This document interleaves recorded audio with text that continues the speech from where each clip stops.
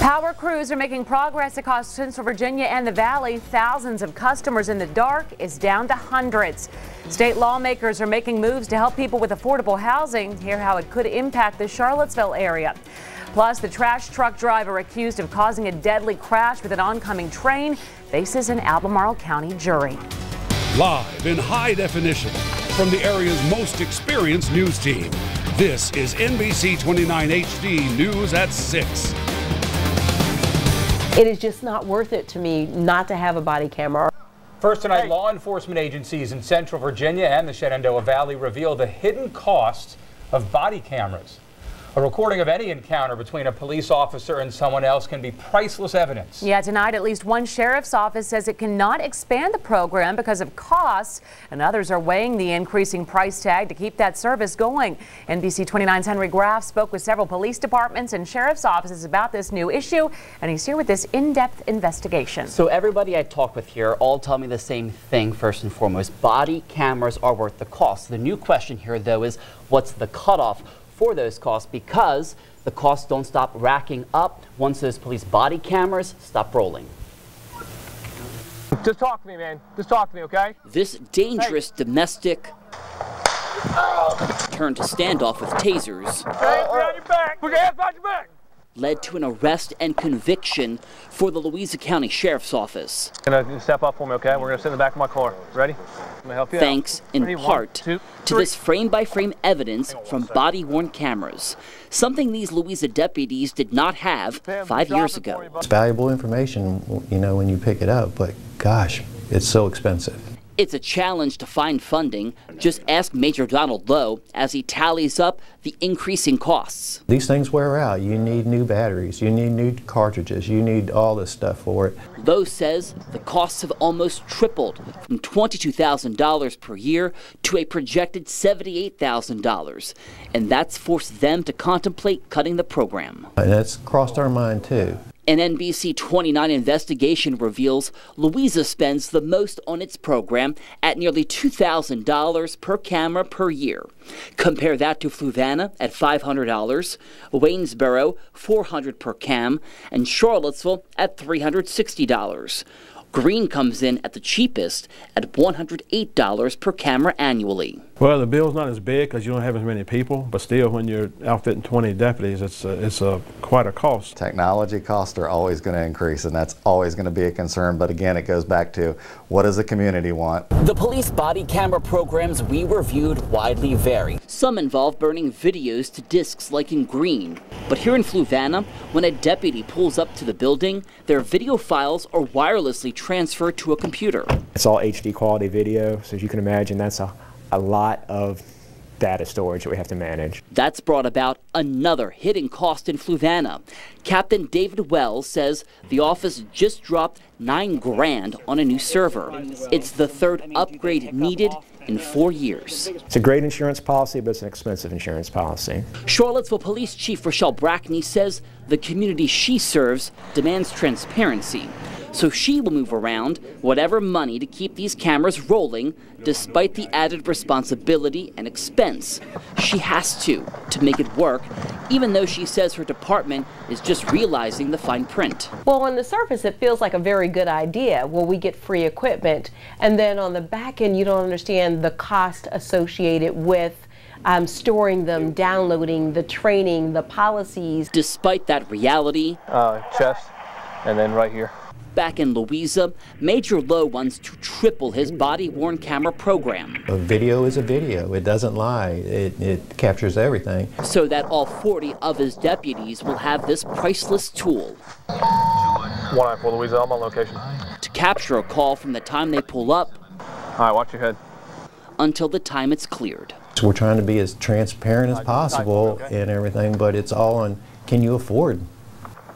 Major Lowe says his office may resort to asking for donations to expand the body camera program.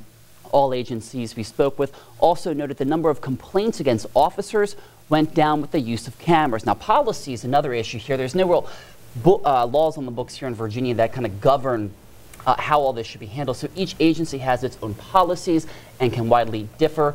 Some keep their videos for 90 days, say like in Greene County. Others keep that evidence for years, which may also explain some of the differing costs we saw in this investigation. And it's not just the departments that like the idea of having it. A lot of communities want their police departments to have this. Yeah, and you heard that from Chief Brackney, where, I mean, this community here in Charlottesville, for example, really demands that kind of transparency.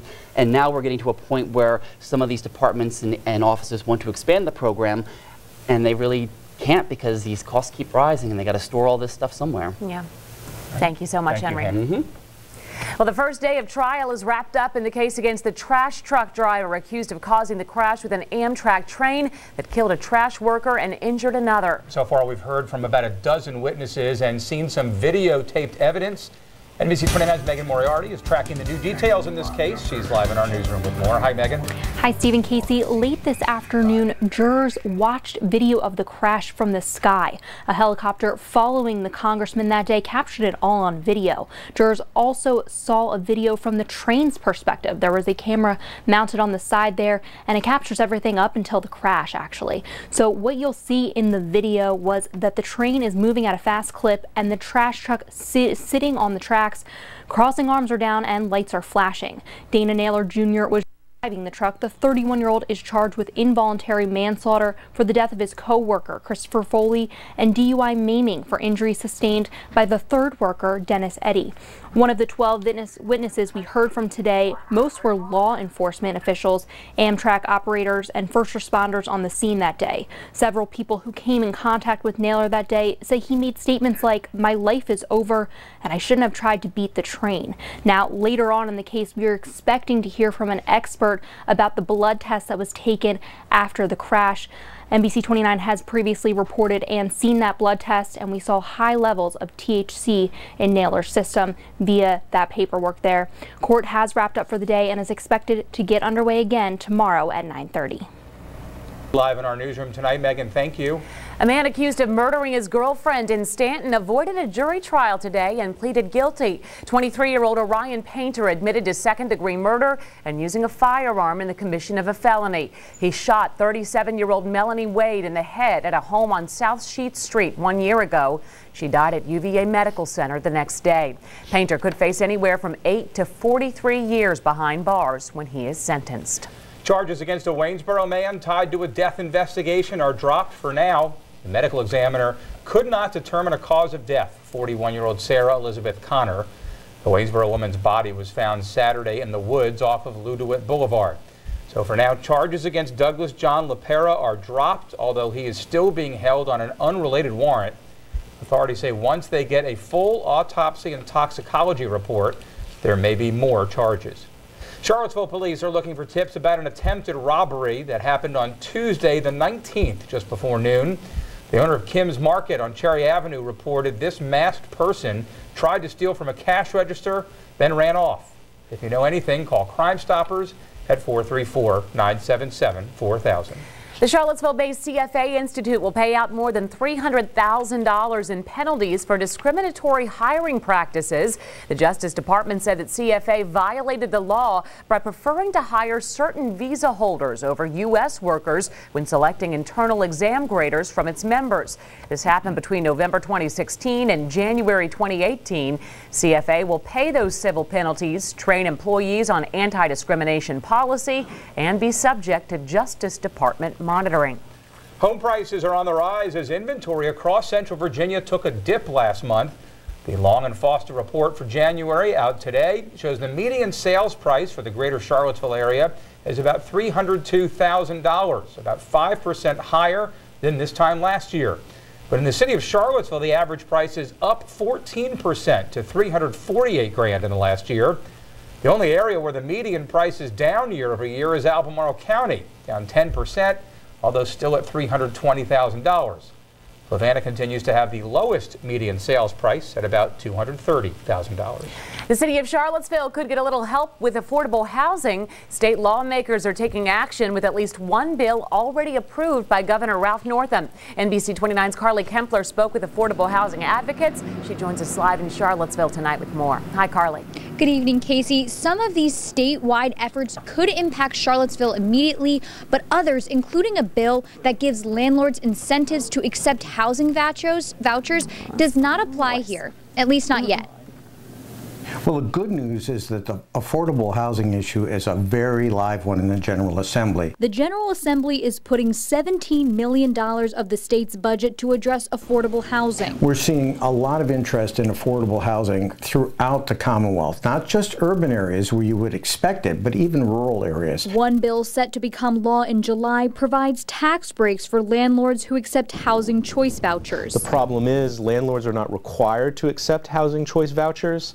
So in effect, a lot of families who receive them aren't able to actually find properties to live in. The only problem, the tax breaks only apply in Richmond and areas around Norfolk. The Norfolk bill passed this time. We may be able to do something for Charlottesville that's modeled on that next time. Charlottesville area advocates hope this bill serves as an example for next session. It would be a positive thing for Charlottesville. It wouldn't strike at the root of the problem or solve the affordable housing crisis, but it would help. I do think moving forward, we're going to be much more ahead of the curve in terms of preparing our legislative packages, because we need to start not only doing research on these things, but finding what other community partners we have statewide. Another bill awaiting the governor's approval could incentivize developers to build affordable units, and other efforts are underway to address inadequate zoning regulations. I put in a bill this time that is going to be taken over for the year and studied by realtors and developers to see if there are things we can do about changing zoning in Charlottesville to make affordable housing more efficiently developed. Now, out of that $17 million toward affordable housing, lawmakers added $3 million of it just last week. Communities will have to apply to the Virginia Housing Trust Fund in order to gain access to those funds.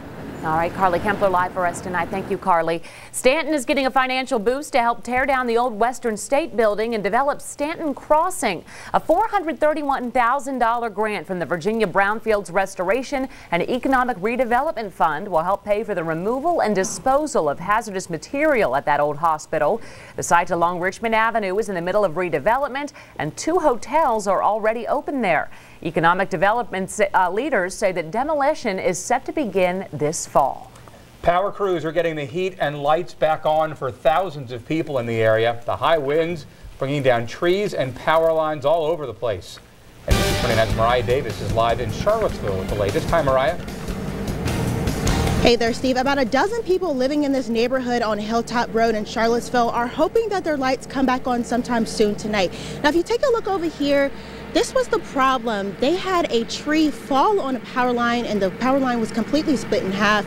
But right now, crews are out here working, and you can kind of see that they mostly have the power line back up, and they should probably be finishing up sometime soon here in just a little while. Now, it was a similar scene all across the NBC29 viewing area. Heavy gusts of wind Sunday and Monday, leaving a big mess. Earlier today in Waynesboro, contractors for Dominion Energy were hard at work along Florence Avenue. Trees came down there, bringing power lines down too. Jimmy Overton, who lives in Waynesboro, says he expects this type of weather. He expects this type of thing in rough weather.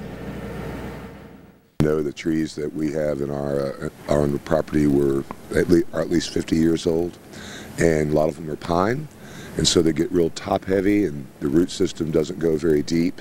And so it's not unusual. We always keep our fingers crossed that, there's not going to be a few trees come down. In many places without power, that means internet and TV services may be down too. And right now at this point, Dominion Energy estimates at least a little more than 600 people are still waiting for the lights to come back on. And crews say that they should have everyone's power back on sometime tonight. Mariah Davis live for us tonight in Charlottesville. Mariah, thank you. Good to hear. Some crazy winds, really. Oh my goodness, we had branches coming down all over the place last night especially. Yeah, definitely. What can we expect this week, Eric? Hey there, Casey and Steve. Thankfully, the ferocious winds are behind us, but really since yesterday afternoon through about midday today, these were some of the peak wind gusts across the region. Very common were gusts of 45, 55 miles an hour, and then you had some locations, of course, closer to and along the Blue Ridge. Shady Grove, which is in in Greene County near the Blue Ridge, 70 mile per hour gust. That's a high-end tropical storm force gust. And of course, wintergreen up above 3,600 feet, an 81 mile per hour gust. That's a hurricane force wind gust. And certainly lots of damage. Thankfully, power crews are working to restore power and get things back up, and we thank them. Temperatures right now are in the 40s and 50s. Wind speeds will continue to come down, and it'll be a noticeably different day tomorrow with the lack of the wind. There's the view right now from our Charlottesville camera, and we're about 12 days away from the actual change of time when we revert back to daylight saving time. But right now we're 47 in Madison, 48 there in Charlottesville, 49 currently in Palmyra, and 41 in Stanton. We'll see temperatures tonight generally in the upper 20s to around 30. Noticeably lighter wind tomorrow, and temperatures generally in the middle 50s across central Virginia, low 50s in the Shenandoah Valley. Another dry day tomorrow, another dry day on Wednesday. Much of Thursday is dry as well. There'll still be some temperature fluctuations. We'll likely hold numbers in the upper 40s there Wednesday. More clouds roll in on Thursday ahead of the next storm system that'll bring rain by the end of the week. NBC29's exclusive dual-pole triple Doppler radar is a quiet scan here tonight. The combination of a deep area of low pressure, that's the storm that is now up toward Atlantic Canada, and high pressure building in from the upper Midwest created a big pressure gradient. Sort of the similarity if you're in the car, you put down the window, the air rushes in. Well, this is on a larger scale, but as that storm moves away and the high gets closer, the wind speeds come down, and thankfully the worst is behind us in terms of the wind.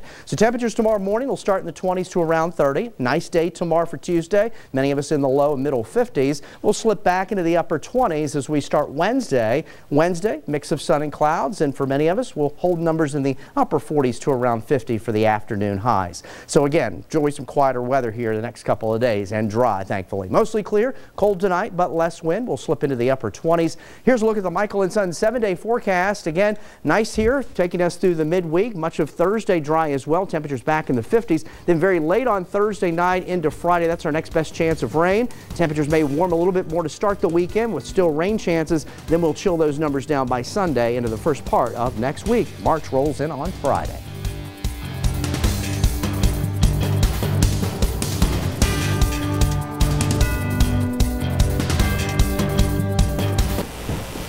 A healthcare group with a hospital in Albemarle County is helping make sure food banks in Virginia can provide nutritious foods for low-income families. Centera Healthcare and Optima Health donated a $1 million grant to the Federation of Virginia Food Banks. The Federation says the money will be split between the 7 food bank regions in the state to improve access through direct service programs and partnerships. We're very concerned that we need to make sure the quality of the food that we're providing supports good health. This grant will help us do that. But more than that, we need to make sure that we're reaching people who may not know that help is available and need it. All of the regional food banks are currently in the planning stage to develop strategies. The Federation should know more about each region's plans later this spring. Well, lots of postseason honors today for the William Monroe High School girls basketball team. You're going to hear from the ladies. And UVA basketball moves up a spot in the latest AP poll out today. Here what Coach Tony Bennett is saying about his guys. Next in sports.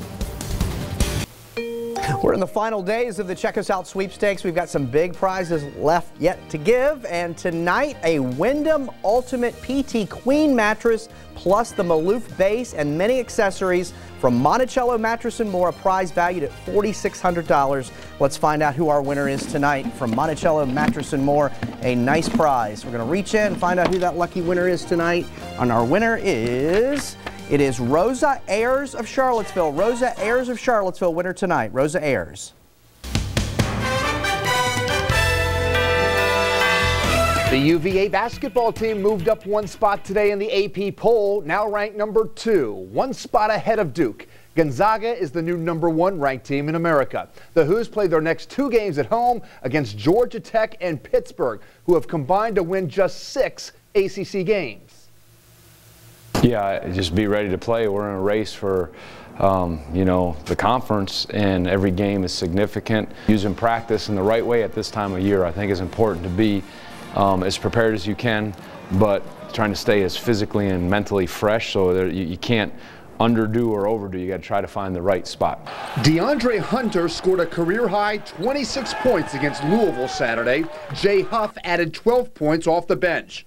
Both sophomores are hitting their stride after redshirting their first year. the ability for guys to use that redshirt year to lift hard, to develop their skills. It's been a good formula for many programs and many players, in ours in particular, and those guys really I think have made the most of it. Mamadi Diakite, sporting a new hairstyle and color, had 14 points against Louisville. He also had 3 blocks and now has at least 1 block shot in 19 straight games. You'd like to play perfect defense all the time, but when there's a breakdown, to have someone back there that makes people think or just erases a mistake or ignites you with a play out of nowhere is significant, and Mamadi's done that on numerous occasions. Duke coach Mike Krzyzewski says Zion Williamson's knee is getting better, but Williamson will not play tomorrow night in Duke's game in Blacksburg against 20th-ranked Virginia Tech. It'll be the second game Williamson has missed since suffering that injury against North Carolina. Coach K says Williamson is on a 4-step recovery schedule that Duke uses for knee injuries, and the school doesn't want to put any added pressure on Williamson to return as soon as possible. Despite missing much of the season with a broken foot, today William Monroe's Samantha Brunell was named the Region 3B Player of the Year. Her coach Jess Stafford was named the Region Coach of the Year. Brunell's teammates Brianna Wolfter and Martha Apple were both named First Team All-Region. Brunell talked about the honor this afternoon.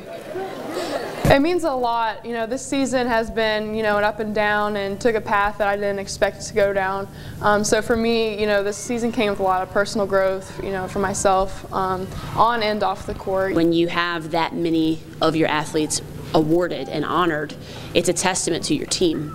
And they all feel that way as well, because one could not accomplish what they do without the rest of them. This is how the ladies ended practice today. All 7 girls have to make a shot. Brunell from NBA three-point range. Got it. That's a good sign. Monroe plays Parkview South Hill Friday in the state quarterfinal. With the camera rolling to boot. It's great. Thanks, Marty. We'll be right back.